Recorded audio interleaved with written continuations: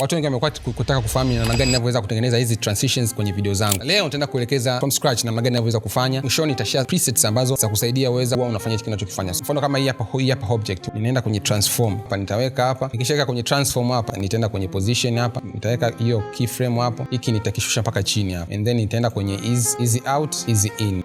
Ukitaka kuweka zile motion bar unakuja hapa kwenye shutter angle. Kwenye shutter angle hapa utaweka 180 kama shutter angle yako. So next time ikiwa itakuwa inakuja kama hivi.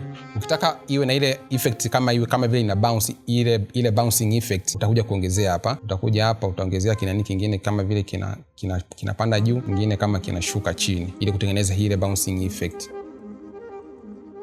Ukishatengeneza hivyo, save it preset, push in, and then utakuja hapa kwenye type utaweka kwenye anchor to in point. So hivyo. So next time utakapokuwa na let's say unataka kuanimate hizi pete, ukija kwenye presets hapa, ukiapply hapa, kwa maana yake itakuwa zinaingia moja kwa moja. So kama umejifunza, make sure una like na kushare this video, na kama utahitaji hizi presets ambazo zote ninazitumia katika hizi video zangu, ni text DM and then nitakutumia.